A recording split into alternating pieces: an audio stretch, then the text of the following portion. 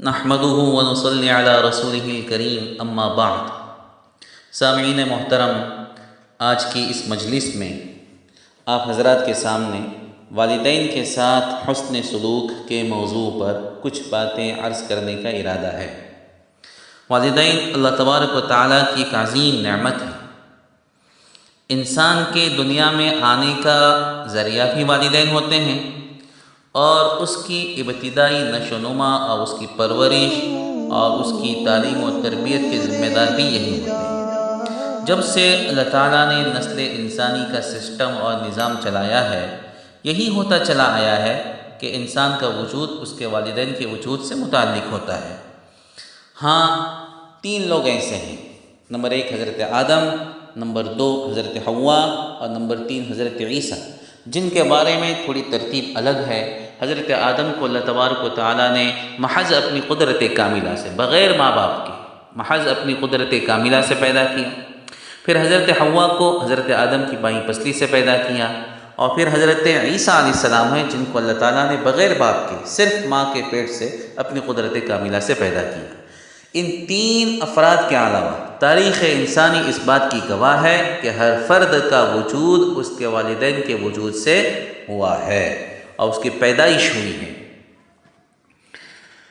تو گویا ہم یہ کہہ سکتے ہیں کہ ہر فرد پر اور ہر شخص پر اس کے والدین کا احسان ہے کہ اس کا وجود بھی والدین کے وجود سے متعلق ہوتا ہے، اور پھر والدین اس کے لیے بڑی تکلیفیں برداشت کرتے ہیں۔ جب یہ بچہ تھا، کمزور تھا، کروٹ لینے میں محتاج تھا، غذا میں محتاج، پیشاب پاخانے میں محتاج، تو ایسے وقت میں والدین نے، اور خصوصاً والدہ نے، بڑی محنت اور مشقت اور تکلیفیں برداشت کر کے اس کو پالا پوسا اور بڑا کیا۔ پھر جب تھوڑا بڑا ہوا تو اس کی تربیت اور اس کی نشو و نما بھی والدین کا ہاتھ ہوتا ہے، وہ ان کے ذمے میں ہوتی ہے، اس کے اخراجات اور اس کا خرچہ والدین کے ذمے ہوتا ہے۔ اسی لیے اللہ تبارک و تعالیٰ نے قرآن کریم میں اور حضور پاک صلی اللہ تعالیٰ علیہ وسلم نے بھی احادیث میں والدین کے ساتھ حسن سلوک کا بڑا تاکیدی حکم دیا ہے۔ اللہ تعالیٰ ایک جگہ پر فرماتے ہیں، وَقَضَىٰ رَبُّكَ أَلَّا تَعْبُدُوا إِلَّا إِيَّاهُ وَبِالْوَالِدَيْنِ إِحْسَانًا۔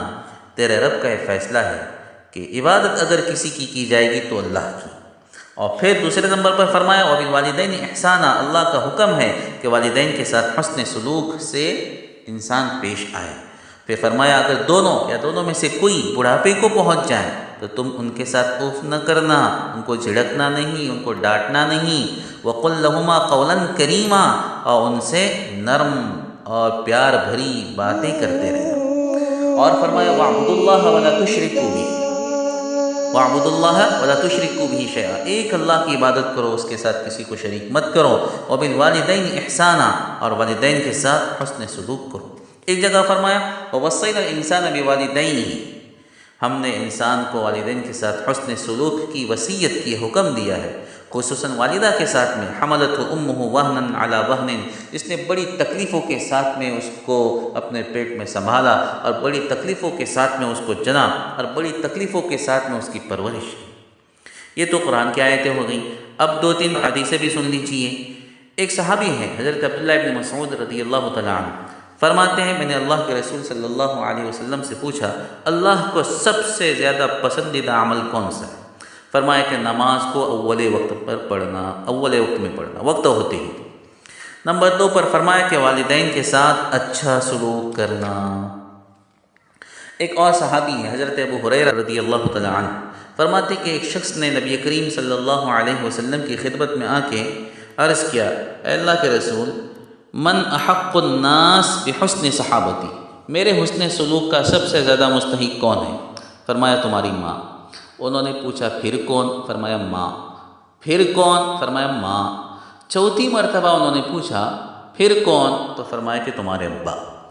یعنی 3 مرتبہ ماں کا نام لیا، چوتھی مرتبہ ابا کا نام لیا۔ کیوں؟ اس لیے کہ والدہ کمزور ہوتی ہے، اس کی حق تلفی ہو جائے اور اس کے ساتھ برا سلوک کا امکان زیادہ ہوتا ہے۔ بچہ باپ سے ڈرتا ہے، اب آپ کے پاس طاقت ہوتی، پاور ہوتا ہے، تو ماں کے حقوق تلف ہو جائیں اس بات کا زیادہ امکان ہوتا ہے۔ اور ماں نے ویسے بھی تکلیفیں زیادہ برداشت کی ہوتی ہے بچے کے لیے، تو فرمایا کہ 3 مرتبہ ماں کا نام لیا کہ تمہارا حسن سلوک ماں کے ساتھ ہونا چاہیے۔ چوتھی مرتبہ فرمایا کہ پھر تمہارے حسن سلوک کا مستحق تمہارا باپ ہے۔ ایک اور روایت میں آتا ہے نبی کریم صلی اللہ علیہ وسلم نے ارشاد فرمایا، اس شخص کے ناک خاک آلود ہو، یعنی ذلیل ہو، وہ آدمی کون؟ 3 مرتبہ فرمایا وہ آدمی ذلیل ہو، وہ آدمی ذلیل ہو جائے، وہ آدمی ذلیل ہو جائے۔ کون؟ کہا کہ جس نے اپنے والدین کو ان کے بڑھاپے میں پایا، دونوں تھے یا دونوں میں سے کوئی ایک تھا، اور اس کے باوجود وہ جنت میں داخل نہیں ہوا۔ یعنی والدین اگر بوڑھے ہوں اور ان کے ساتھ حسن سلوک کیا جائے تو یہ سیدھے جنت میں داخل ہونے کا سبب اور ذریعہ ہوتے ہیں۔ تو اس نے بڑھاپے میں والدین کو پایا، یہ جوان تھا، والدین بوڑھے تھے، لیکن ان کی خدمت نہیں کی اور جنت میں داخل ہونے کا اپنا سرٹیفکیٹ گویا اس نے نہیں لیا، تو ایسا شخص ذلیل ہو جائے۔ یہ حضور پاک صلی اللہ علیہ وسلم نے گویا ایک طرح سے بددعا دے دی اس کے لیے۔ یہ سب باتیں سن کر دل میں یہ خیال پیدا ہوتا ہے کہ والدین کے آخر حقوق کیا ہیں۔ تو ہم یہ کہہ سکتے ہیں کہ والدین کا بچوں پر یہ حق ہے، یعنی بچوں کو یہ کرنا چاہیے کہ والدین جو بھی حکم دیں اس پر فوراً عمل کریں، لیکن ایک بات دھیان میں رکھنا کہ شریعت کے خلاف اگر حکم ہو تو پھر عمل کرنے کی اجازت نہیں ہے۔ لا طاعۃ لمخلوق فی معصیۃ الخالق، اللہ کی نافرمانی ہو رہی ہو تو پھر کسی مخلوق کی اتباع نہیں ہوگی۔ تو اس کے علاوہ والدین جو حکم دیں جو شریعت کے خلاف نہ ہو تو اس پر عمل کریں، والدین کو کسی قسم کی تکلیف نہ دیں بلکہ ہر ممکن ان کی خدمت کریں۔ جب ان سے گفتگو کریں نرمی سے کریں، ان کو جھڑکیں نہیں، ڈانٹیں نہیں۔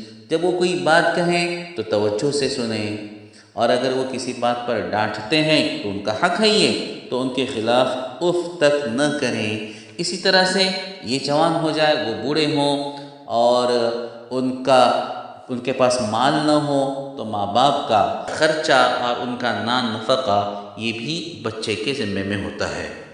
اب ایک دو واقعہ سنتے ہیں جن کا تعلق والدین کے ساتھ حسن سلوک سے ہے، کہ اگر انسان اپنے والدین کے ساتھ اچھا سلوک کرتا ہے تو اس پر اللہ تعالیٰ اس کو کیسے نوازتا ہے۔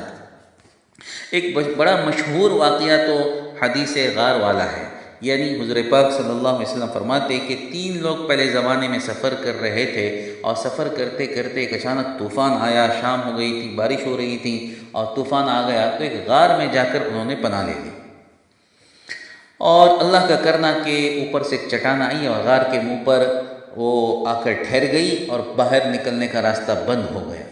تو وہ 3 تھے، تینوں میں سے ہر شخص نے اپنا اپنا اچھا عمل اللہ کے سامنے پیش کیا اور اس کے وسیلے سے دعا کی کہ اللہ اس کے طفیل یہ چٹان ہم پر سے ہٹا دے اور راستہ کھل جائے۔ تو تینوں نے دعا کی، تو اس میں سے ایک شخص وہ تھا جس نے یوں کہا، اے اللہ میرے بوڑھے والدین تھے، میں روزانہ شام میں آ کر پہلے ان کو دودھ پلاتا تھا اور پھر اپنے بیوی بچوں کو پلاتا تھا۔ تو ایک مرتبہ ایسا ہو گیا کہ واپس آنے میں کافی دیر ہو گئی اور والدین سو چکے تھے۔ میں نے ان کے حصے کا دودھ نکالا، لیکن والدین کو جگانا بھی مناسب نہیں تھا، تو میں اسی طرح سے پیالہ ہاتھ میں لیے کھڑا رہا۔ اب بیوی بچے دودھ مانگ رہے ہیں، بچے چھوٹے چھوٹے تھے، رو رہے ہیں، بلبلا رہے ہیں، لیکن میں نے بچوں کو دودھ نہیں دیا۔ اب والدین کی نیند خراب کرنا بھی اچھا نہیں اور بچوں کو دینا بھی اچھا نہیں لگ رہا ہے۔ بچے اسی حال میں روتے روتے سو گئے، لیکن میں پیالہ لے کے کھڑا رہا۔ صبح ہو گئی، والدین بیدار ہو گئے، تو پھر میں نے ان کا پیالہ اور ان کا دودھ ان کے سامنے پیش کیا، لیکن والدین سے پہلے بچوں کو نہیں کھلایا۔ اگر یہ عمل اللہ میں نے تیرے لیے کیا ہے تو تو راستہ کھول دے۔ اس کی برکت سے اللہ پاک نے راستہ کھول دیا۔ ایک اور واقعہ سن لیجیے، حضرت اویس قرنی رحمۃ اللہ علیہ بہت بڑے تابعی ہیں۔ آپ جانتے ہیں کہ صحابی کسے کہتے ہیں؟ جس نے ایمان کی حالت میں حضور پاک صلی اللہ علیہ وسلم کو دیکھا ہو اور ایمان ہی پر اس کی وفات ہوئی ہو۔ تو یہ حضرت اویس قرنی جو تھے نا، یہ حضور کے زمانے میں تھے اور مسلمان ہو گئے تھے، اسلام میں داخل ہو گئے تھے، لیکن یہ صحابی نہیں بن سکے۔ کیوں نہیں بن سکے؟ محض اس وجہ سے کہ ان کی والدہ تھی، بوڑھی تھی، اس بوڑھی والدہ کی خدمت میں لگے رہتے تھے، اور اس خدمت کی وجہ سے حضور کے پاس جانے کا موقع نہیں ملا، اور یہ صحابیت کے شرف سے محروم رہ گئے، یعنی صحابی نہیں بن سکی، لیکن والدہ کی خدمت کی وجہ سے انہیں کیا مقام ملا؟ حضور پاک صلی اللہ علیہ وسلم نے خود ان کی تعریف کی اور ان کے فضائل ذکر کیے اور فرمایا اویس خیر التابعین، تابعین میں سب سے بہترین شخص اویس ہے، سب سے افضل شخص اویس ہیں۔ اور حضرت عمر سے فرمایا تھا کہ اویس سے تمہاری ملاقات ہوگی، جب ملاقات ہو جائے تو تم ان سے مغفرت کی دعا کرانا۔ کون کہہ رہا ہے؟ حضور کہہ رہے ہیں۔ کس کو کہہ رہے ہیں؟ حضرت عمر کو، معمولی آدمی نہیں حضرت عمر، لیکن حضرت عمر رضی اللہ عنہ کو حضور فرما رہے ہیں تمہاری ان کی ملاقات ہو جائے تو ان سے تم مغفرت کی دعا کرانا۔ کیوں اللہ نے اتنا بڑا مقام دیا؟ والدہ کی خدمت کی وجہ سے۔ اللہ پاک ہم سب کو اپنے والدین کی قدر کرنے کی توفیق عطا فرمائے۔ جن کے والدین حیات ہیں اللہ ان کی خدمت کی اور قدر کی توفیق عطا فرمائے، ان کی دعائیں لینے کی توفیق عطا فرمائے، اور جن کے والدین دنیا سے جا چکے ہیں اللہ تعالیٰ ان کی مغفرت فرمائے، ان کی قبروں کو نور سے بھرنے کے فیصلے فرمائے۔ وآخر دعوانا الحمد للہ رب العالمین۔